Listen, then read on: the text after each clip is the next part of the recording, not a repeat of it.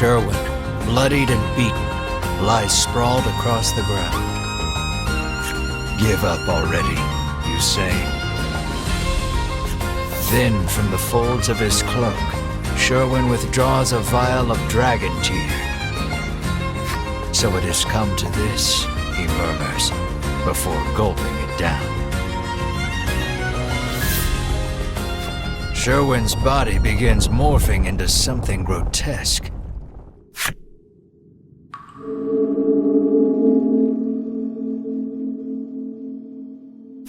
You hear a voice echoing in your head.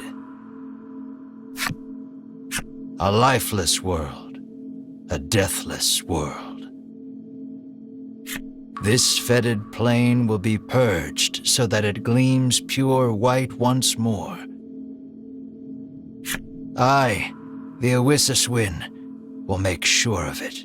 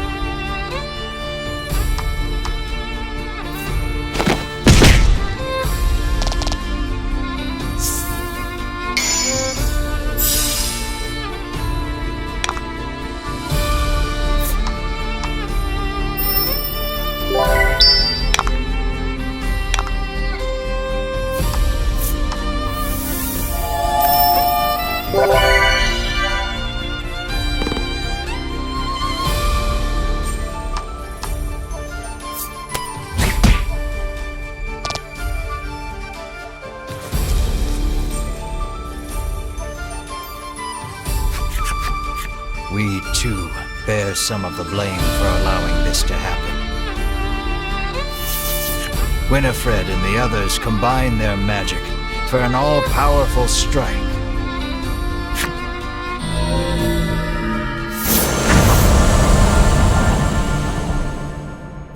The brunt of the blow renders the Ewyllyswyn motionless. But in your head echoes a familiar voice. There is no denying me. This world will fall, as will you. The Ewyllyswyn stirs, stretching his humongous wings.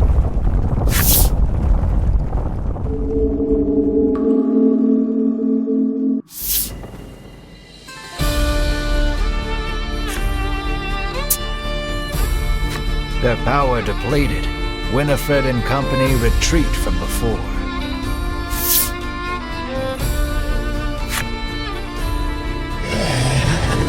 The Ewyllyswyn screeches a bloodthirsty shriek as he bears down on you once again.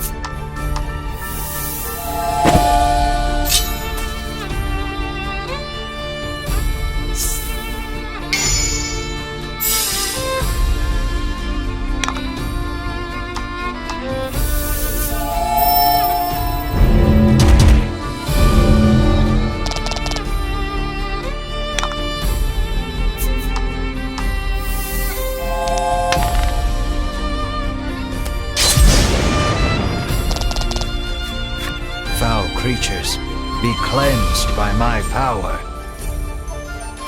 The Ewyllyswyn's power inhibits your actions.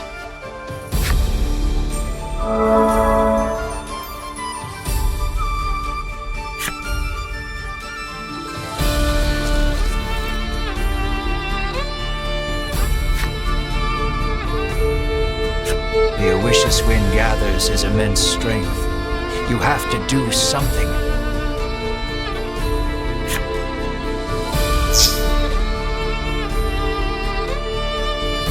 But the Ewyllyswyn's power binds you. Struggling against his power, Melanie recalls Vince's final words. Your spell can make this world a better place. Through everything, realization strikes her. The only way out of this is to use forbidden magic. I offer myself body and soul as payment. Melanie recites the spell, then turns to you. I'm sorry, she says, her voice faint. You'll have to finish what you started without me. Melanie's powerful magic has bound the Ewyllyswyn. That same power, though, has also bound her.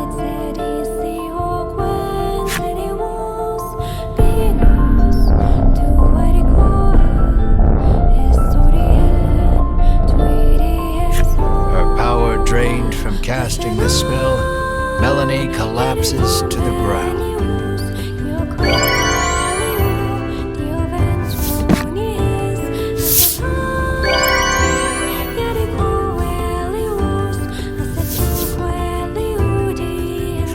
Her spell breaks the power binding you. You can move freely again and feel your strength return. The spell has bound the Ewyllyswyn. Now's your chance to end this.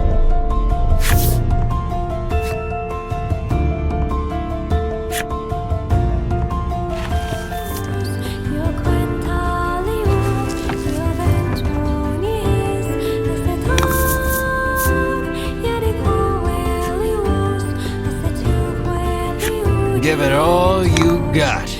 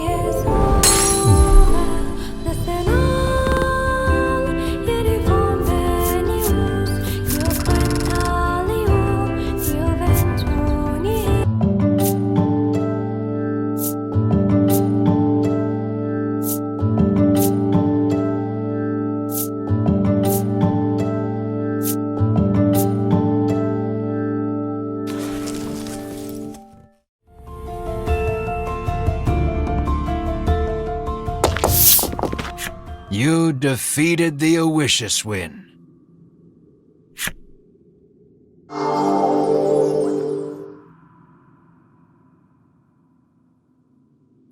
Sherwin, returned to his human form, seems not long for this world.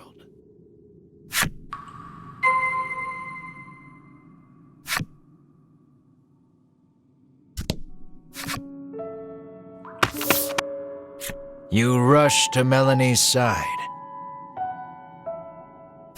The moment you reach her, you notice something strange.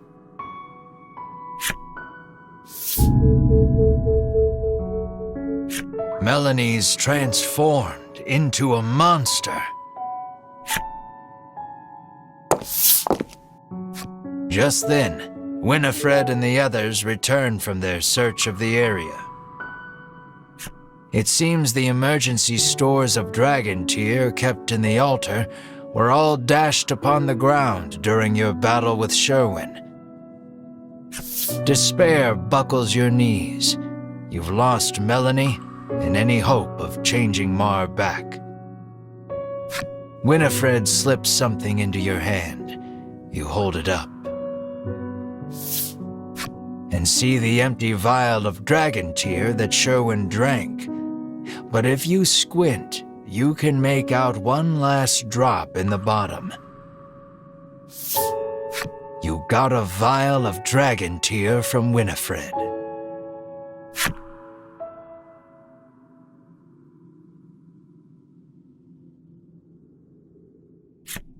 The world, cut off from its supply of medicine with the dragon's death. Your twin, for whom you have searched high and low for some way of restoring her human form. And Melanie, transformed into a monster and lying prone before your very eyes. You must decide for which purpose to put the all-powerful dragon tear. Think long and hard about this one.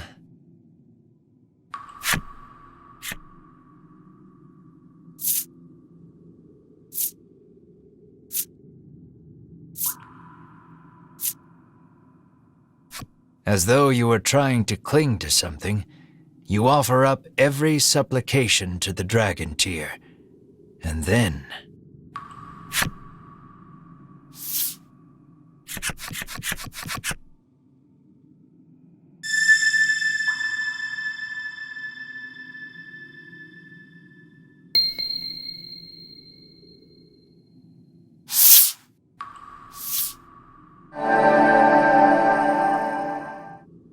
The dragon tear's light overwhelms you.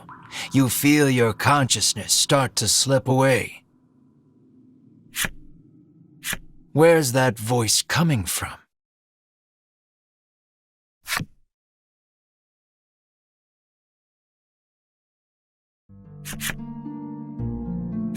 Wake up, screams Ridis, shaking you ungently.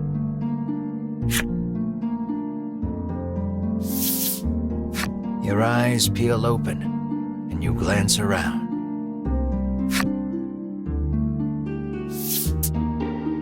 You're alive, says Melanie through flowing tears. You let go of a heavy sigh of relief to see she's human again. Bruno says you collapsed after the dragon tears started shining with fierce light, and that you've been unconscious ever since. That's when you realize Mar is nowhere to be seen.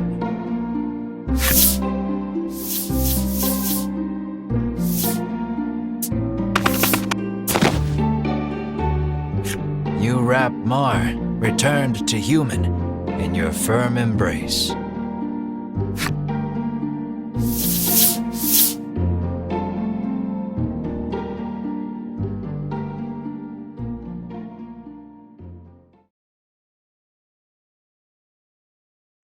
Thus your journey drew to its conclusion. As for the story afterward, you return to Advent Castle and make your report of the events to Queen Nilla. She rewards you handsomely for telling her the truth about the dragon, but it's barely enough to cover the cost of repairs to Ridis's home. Bruno returns to the coastal village he calls home, still squabbling with Oreo. The dragon agrees to continue providing dragon tear for the kingdom, so long as he can live the rest of his life in peace and quiet. Queen Nilla denounces the Ivory Order for their cruelty and seizes control of medicinal production, She does all she can to ensure a more ethical manufacturing process. Winifred, Hedwyn, and Berwyn leave the Ivory Order, establishing a new organization to help the needy. And what of you, Mar and Melanie? Queen Nilla asks you to serve in her court, but that's not really something the three of you are cut out for. You decline to set off for new adventures. And to this day, the incessant bickering of the bounty-hunting twins and the Black Witch can be heard in various far-flung corners the world over. This is a story of long, long ago and long, long from now.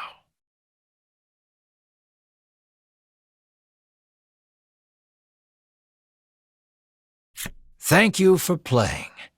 Did you enjoy your adventure? Good to hear. That means I succeeded as your game master. Now then, this is the end of your long journey, which means you and I must regrettably part ways. I hope we meet again in the world of Voice of Cards. It's been a pleasure.